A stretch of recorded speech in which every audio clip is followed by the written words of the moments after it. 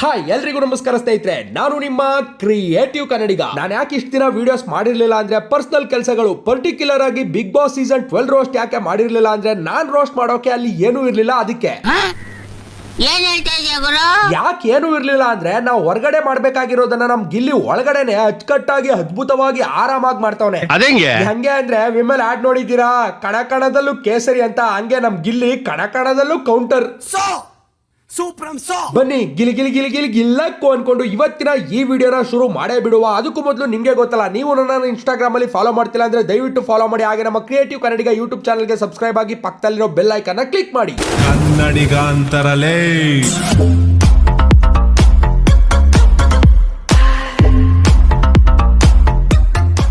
ಸ್ನೇಹಿತರೆ, ನಿಮ್ಗೆಲ್ಲ ಗೊತ್ತಿರುತ್ತೆ, 50 ದಿನ ಆಗೋಕ್ಕೂ ಮುಂಚೆ ಗಿಲ್ಲಿ ಮಾಡ್ತಿದ್ದ ಗಿಲ್ಲಿಯನ್ನ ಚೆನ್ನಾಗಿ ಯೂಸ್ ಮಾಡ್ಕೊಂಡು ತೋರ್ಸ್ಕೊಂಡು ಬರ್ತಿದ್ದ ನಮ್ಮ ಬಿಗ್ ಬಾಸ್ ಟೀಮ್ ಅವರು 50 ದಿನ ಆದ್ಮೇಲೆ ಯಾಕೋ ಗಿಲ್ಲಿನ ನೆಗೆಟಿವ್ ಆಗಿ ತೋರ್ಸೋಕೆ ಪಣ ತೊಟ್ಟು ನಿಂತ್ಬಿಟ್ಟವ್ರೆ ಅಂತ ಅನುಮಾನ ಶುರುವಾಗಿದೆ. ಅದ್ರಲ್ಲೂ ಒಂದೆರಡು ವಾರಗಳಿಂದ ಇವ್ರುಗಳು ಮಾಡ್ತಿರೋ ಪ್ರೋಮೋಗಳಂತೂ ಗಿಲ್ಲಿದೇ ತಪ್ಪು ಅನ್ನೋ ತರ ಇರ್ತಿತ್ತು. ಆದ್ರೆ ಪೂರ್ತಿ ವಿಡಿಯೋ ನೋಡಿದ್ಮೇಲೆ ಸ್ನೇಹಿತರೆ, ನಿಮ್ಗೆಲ್ಲ ಗೊತ್ತಿರೋ ಹಾಗೆ ಲಾಸ್ಟ್ ವೀಕ್ ಅಲ್ಲಿ ಸೀಸನ್ 11 ನ 5 ಜನ ಕಂಟೆಸ್ಟೆಂಟ್ ಗಳು ಬಿಗ್ ಬಾಸ್ ಹೋಟೆಲ್ಗೆ ಅತಿಥಿಗಳಾಗಿ ಬಂದಿದ್ರು. ಮಂಗ ಪೆಂಗ ಸಂಘ. ಆ 5 ಜನ ಅತಿಥಿಗಳಿಗೆ ಗಿಲ್ಲಿ ಸರಿಯಾಗಿನೇ ತಿಥಿ ಮಾಡ್ದ. ಒಂದೆರಡು ಕಡೆ ಗಿಲ್ಲಿ ಮಾಡಿದ್ರಲ್ಲಿ ಅತಿ ಆಯ್ತು ಅಂತ ಅನ್ಸಿದ್ರು, ಅಲ್ಲಿ ಬಂದಿರೋ ಅತಿಥಿಗಳಿಗೆ ಅತಿಯಾಗಿ ಮಾಡಿದ್ದು ಸರಿನೇ ಇತ್ತು. ನಿಮಗೂ ಹಂಗೆ ಅನ್ನಿಸ್ತಾ? ನನಗೂ ಹಂಗೆ ಅನ್ನಿಸ್ತು. ಏನ್ ಸ್ವಾಮಿ, ನಿಮ್ ಪ್ರಕಾರ ಏನು? ಯಾವ ಹೋಟೆಲ್ಗಳಲ್ಲಿ ಗೆಸ್ಟ್ ಗಳ ಜೊತೆ ವೇಟರ್ ಗಳು ಈ ತರ ನಡ್ಕೋತಾರೆ ಅಂತ ಅಲ್ವಾ? ಹೌದು, ಒಪ್ಕೊಳ್ಳೋಣ. ಆದ್ರೆ ಬಂದಿರೋ ಗೆಸ್ಟ್ ಗಳು ಸಹ ಯಾವ ಹೋಟೆಲ್ ಅಲ್ಲಿ ಎಂಪ್ಲಾಯೀಸ್ ಜೊತೆ ಈ ತರ ನಡ್ಕೋತಾರೆ ಹೇಳಿ? ಗಡ್ಡ ಬೋಳ್ಸೋದೇನು, ಸುಮ್ನೆ ನೀರ್ ಚೆಲ್ಲಿ ಗಿಲ್ಲಿನೇ ಒರ್ಸ್ಬೇಕು ಅನ್ನೋದೇನು, ಗಿಲ್ಲಿಗೆ ಹುಡುಗಿ ತರ ಡ್ರೆಸ್ ಹಾಕ್ಸಿದ್ದು, ಲೈಟ್ಸ್ ಎಲ್ಲ ಆಫ್ ಆದ್ಮೇಲೆ ಇರೋ ಎಲ್ಲ ಎಂಪ್ಲಾಯೀಸ್ಗೂ ಗಿಲ್ಲಿನೇ ಊಟ ಬಡಿಸ್ಬೇಕು ಅಂತ ಆರ್ಡರ್ ಮಾಡಿದ್ದು. ಅಲ್ಲ ಗುರು, ಇವರೆಲ್ಲ ಹೋಟೆಲ್ಗೆ ಅತಿಥಿಗಳಾಗಿ ಹೋಗಿದ್ರಾ ಇಲ್ಲ ಸರ್ವಾಧಿಕಾರಿಗಳಾಗಿ ಹೋಗಿದ್ರ ಅಂತ ದೇವ್ರಾಣೆ ಗೊತ್ತಾಗ್ಲಿಲ್ಲ. ಸೊ ಇವಾಗ ಇಲ್ಲಿ ಗಿಲ್ಲಿ ಮಾಡಿದ ಕಾಮಿಡಿ ತಪ್ಪು ಅನ್ನೋದೇ ಆದ್ರೆ ಆ ತಿಥಿಗಳು ಮಾಡಿದ್ದು ಸಹ ತಪ್ಪೇ. ಆಮೇಲೆ ಇನ್ನೊಂದೇನ್ ಗೊತ್ತಾ ಸ್ನೇಹಿತರೆ, ಒಂದು ಹೋಟೆಲ್ ಅಲ್ಲಿ ಸಾಮಾನ್ಯವಾಗಿ ನಡೆಯೋ ತರ ಗೆಸ್ಟ್ ಬಂದ್ರು, ಹೋಟೆಲ್ ಅಲ್ಲಿ ಎಂಪ್ಲಾಯೀಸ್ ಚೆನ್ನಾಗಿ ನೋಡ್ಕೊಂಡ್ರು, ತಿಂದ್ರು, ಉಂಡ್ರು, ಮಲ್ಕೊಂಡ್ರು, ಹೋದ್ರು ಅನ್ನೋದೇ ಆದ್ರೆ ಬಿಗ್ ಬಾಸ್ ಮನೆಗೆ ಯಾಕೆ ಬರ್ಬೇಕಿತ್ತು? ಬಿಗ್ ಬಾಸ್ ಮನೆಯಲ್ಲೇ ಯಾಕೆ ಹೋಟೆಲ್ ಕಾನ್ಸೆಪ್ಟ್ ನ ಮಾಡ್ಬೇಕಿತ್ತು? ಯಾವ್ದಾದ್ರು ರೆಸಾರ್ಟ್ ಗೋ ಅಥವಾ 5 ಸ್ಟಾರ್ ಹೋಟೆಲ್ ಗೋ ಹೋಗ್ಬೋದಿತ್ತು ಅಲ್ವಾ? ಬಿಗ್ ಬಾಸ್ ಮನೆಯಲ್ಲಿ ಹೋಟೆಲ್ ಕಾನ್ಸೆಪ್ಟ್ ಮಾಡವ್ರೆ ಅಂದ್ಮೇಲೆ ಬರೀ ಗೆಸ್ಟ್ ಗಳು ಮತ್ತೆ ಎಂಪ್ಲಾಯೀಸ್ ಅಷ್ಟೇ ಅಲ್ಲ ಗುರು, ಎಂಟರ್ಟೈನ್ಮೆಂಟ್, ಕಾಮಿಡಿ, ಕೀಟ್ಲೆ, ಮಾತುಕತೆ, ಜಗಳ ಇದೆಲ್ಲ ಇರ್ಬೇಕು. ಅವಾಗ್ಲೇ ನೋಡೋಕೆ ಒಂದ್ ಮಜಾ ಇರುತ್ತೆ. ಆಮೇಲೆ ಸ್ಟಾರ್ಟಿಂಗ್ ಅಲ್ಲಿ 5 ಜನ ಬಂದಾಗ ಈ ಮಂಜಣ್ಣ ಮದುವೆ ಆಯ್ತವನೆ ಅಂದಾಗ ಗಿಲ್ಲಿ 3ನೇದ 4ನೇದ ಅಂತ ಏನೋ ಕೇಳ್ತಾನೆ. ಅದ್ರಲ್ಲಿ ಟ್ರಿಗರ್ ಆಗುವಂತದ್ದು ಏನಿತ್ತು ಗುರು? ಕಾಮನ್ ಆಗಿ ಕಾಮಿಡಿಯಲ್ಲಿ ಕೇಳ್ದ, ಅದನ್ನ ಕಾಮಿಡಿಯಾಗಿನೇ ತಕೊಂಡ್ಬಿಟ್ಟಿದ್ರೆ ಇನ್ನೂ ಹೆಚ್ಚು ಮಜಾ ಸಿಕ್ಕಿರೋದು. ಇದೆಲ್ಲ ಬಿಡಿ ಸ್ವಾಮಿ, ಲಾಸ್ಟ್ ಸೀಸನ್ ಅಲ್ಲಿ ಇದೇ ಮಂಜು ಅವರ ಮದುವೆ ಬಗ್ಗೆ ವೀಕೆಂಡ್ ಅಲ್ಲಿ ಸುದೀಪ್ ಸರ್ ಎಷ್ಟು ಸಲ ಕಾಮಿಡಿ ಮಾಡಿಲ್ಲ? ಅವಾಗೆಲ್ಲ ಇಲ್ದೇ ಇರೋ ಪರ್ಸನಲ್ ಇವಾಗ ಗಿಲ್ಲಿ 3ನೇದ 4ನೇದ ಅಂತ ಕೇಳಿದಾಗ ಎಲ್ಲಿಂದ ಬಂದ್ಬಿಡ್ತು? ಇನ್ನೊಂದೇನಂದ್ರೆ ಸ್ನೇಹಿತರೆ, ಸುದೀಪ್ ಸರ್ ಒಂದ್ ಮಾತು ಹೇಳ್ತಾರೆ ಲಾಸ್ಟ್ ವೀಕೆಂಡ್ ಅಲ್ಲಿ ಗಿಲ್ಲಿಗೆ, ನೀನ್ ಈ ತರ ಹೇಳೋದ್ರಿಂದ ಅವ್ರನ್ನ ಎಂಗೇಜ್ಮೆಂಟ್ ಆಗಿರೋರಿಗೆ ಬೇಜಾರಾಗಲ್ವಾ ಅಂತ. ಅಲ್ಲ ಗುರು, ಹಂಗ್ ನೋಡೋದೇ ಆದ್ರೆ ಇದೇ ವೀಕೆಂಡ್ ಅಲ್ಲಿ ಎಣ್ಣೆ ಬಾಟ್ಲಿ ಮೀಮ್ ವಿಡಿಯೋ ತೋರಿಸಿ ಇವನೊಬ್ಬ ದೊಡ್ಡ ಪಿವೋಟ್ ಅನ್ನೋ ತರ ಮಂಜಣ್ಣನ್ ಕಾಲ್ ಎಳಿತಿದಾರಲ್ಲ, ಅವಾಗ ಮಂಜಣ್ಣನ್ ಎಂಗೇಜ್ಮೆಂಟ್ ಆಗಿರೋರಿಗೆ ಬೇಜಾರಾಗ್ಲಿಲ್ವಾ ಅಂತ. ಸಿಂಪಲ್ ಗುರು, 3ನೇದ 4ನೇದ ಅಂತ ಕೇಳಿದ್ದು ಅವರ ಪರ್ಸನಲ್ ಅನ್ನೋದೇ ಆದ್ರೆ ಅವರ ಪರ್ಸನಲ್ ಆಗಿನೇ ಇಟ್ಕೋಬೇಕಿತ್ತು ಹೊರತು ಬಿಗ್ ಬಾಸ್ ಮನೇಲಿ ಬಂದು ಬ್ಯಾಚುಲರ್ ಪಾರ್ಟಿ ಅನ್ಕೊಂಡು ಪರ್ಸನಲ್ ಪಬ್ಲಿಕ್ ಮಾಡೋ ಅವಶ್ಯಕತೆ ಏನಿತ್ತು?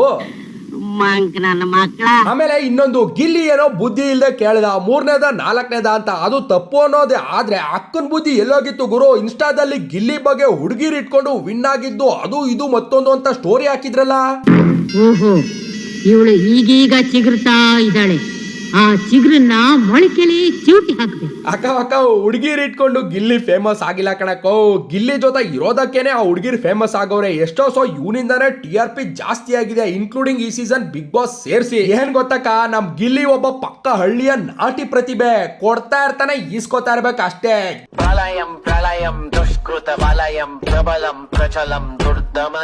ಸ್ನೇಹಿತರೆ, ಇನ್ನು ಈ ರಜತ್ ಅಂತೂ ಒಂಥರ ಖಾಲಿ ಡಬ್ಬ ಇದ್ದಂಗೆ, ಒಳಗಡೆ ಏನು ಇಲ್ದೇ ಇದ್ರು ಸೌಂಡ್ ಮಾತ್ರ ಜಾಸ್ತಿ ಮಾಡ್ತಿರ್ತಾನೆ. ಬೈಯನ್ ಲೆಕ್ಕಾಚಾರದ ಪ್ರಕಾರ ಇವನು ಜೋರಾಗಿ ಏನು ಯಾಕ ಹೋಗ ಬಾರ ನಾನ್ ಸರಿ ಇಲ್ಲ ನನ್ನ ಹತ್ರ ಹಿಂಗ್ ಇಟ್ಕೋಬೇಡ ಅಂದ್ರೆ ಇವನು ದೊಡ್ಡ ಪುಡಂಗು, ಇವನ್ ಕಂಡ್ರೆ ಎದ್ರಕೋಬಿಡ್ತಾರೆ ಅಂತ.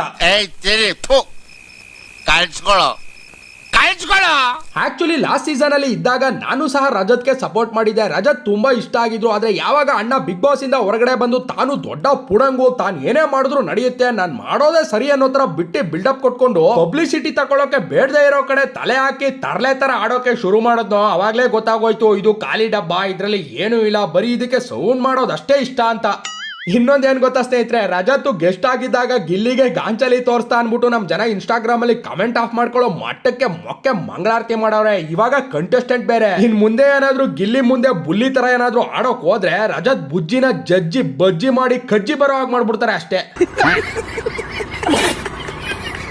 ಸ್ನೇಹಿತರೆ, ರಜತ್ ಗೆಸ್ಟ್ ಆಗಿದ್ದಾಗ ಆಡ್ತಿದ್ ರೀತಿ ನೋಡಿ ಗಿಲ್ಲಿಗೂ ಇವನ್ಗೂ ಸಖತ್ತಾಗಿ ಹತ್ಕೊಳ್ಳುತ್ತೆ. ಗಿಲ್ಲಿ ರಜತ್ಗೆ ಉರ್ಸಿ ಊರ ಹಬ್ಬ ಮಾಡ್ತಾನೆ ಅಂತ ನಾವು ಕಾಯ್ತಿದ್ರೆ ಅಲ್ಲಿ ನೋ ನಿನ್ ಕಾಮಿಡಿ ಇರಿಟೇಷನ್ ಕಡೋ ಅರ್ಥ ಮಾಡ್ಕೊಳ್ಳೋ, ಮನ್ಸೂನ್ ಗುಡ್ತವನಾದ್ರೆ ಅರ್ಥ ಮಾಡ್ಕೋತಾನೆ, ಅದು ಇದು ಮತ್ತೊಂದು ಅನ್ಕೊಂಡ್ ಕಿರ್ಚಾಡ್ತಿದ್ ರಜತ್ ವಾರ ಪೂರ್ತಿ ಗಿಲ್ಲಿ ಜೊತೆನೆ ಕೂತ್ಕೊಂಡ್ ನಗಾಡ್ತಿದ್ದ.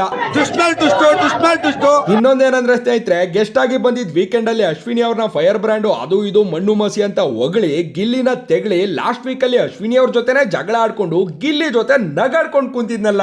ಏನ್ ಅರ್ಥವೇ ಆಗ್ತಿಲ್ವೇ ಈ ಕೇಸು? ಓ ಮೇ ಬಿ ಗಿಲ್ಲಿಗೆ ಹಿಂಗೆ ಕ್ರೇಜ್ ಇದೆ ಅಂತ ಯಾರಾದ್ರೂ ಹೊರಗಡೆಯಿಂದ ಬಂದು ಹೇಳಿರ್ಬೋದಾ, ಅಥವಾ ಗೆಸ್ಟ್ ಆಗಿ ಹೋಗಿದ್ದಾಗ ನೀವು ಪರ್ಟಿಕ್ಯುಲರ್ ಆಗಿ ಗಿಲ್ಲಿನ ಟಾರ್ಗೆಟ್ ಮಾಡಿ ಮಾತಾಡಿ ಅಂತ ಹೇಳಿನೇ ಕಳಿಸಿದ್ರ? ಇದು ತರ್ಕಕ್ಕೆ ನಿಲುಕದ್ದು. ಅದು ಮ್ಯಾಟ್ರು. ಸ್ನೇಹಿತರೆ, ಈ ಸೀಸನ್ ಬಿಗ್ ಬಾಸ್ ಅಲ್ಲಿ ಹೆಂಗಾಗಿದೆ ಅಂದ್ರೆ ಗಿಲ್ಲಿ ಕಾಮಿಡಿ ಮಾಡ್ಬೇಕಾದ್ರೆ 32 ಕಿಸ್ಕೊಂಡು ಎಲ್ಲರೂ ನಗ್ತಿರ್ತಾರೆ. ಅದೇ ವೀಕೆಂಡ್ ಬಂದ್ರೆ ಸಾಕು ಇವನು ಒಬ್ಬ ಮನುಷ್ಯನ ಕೆಳಗಿಟ್ಟು ಕಾಮಿಡಿ ಮಾಡ್ತಾನೆ ಅಂತ ಗೋಳಾಡ್ತಾರೆ.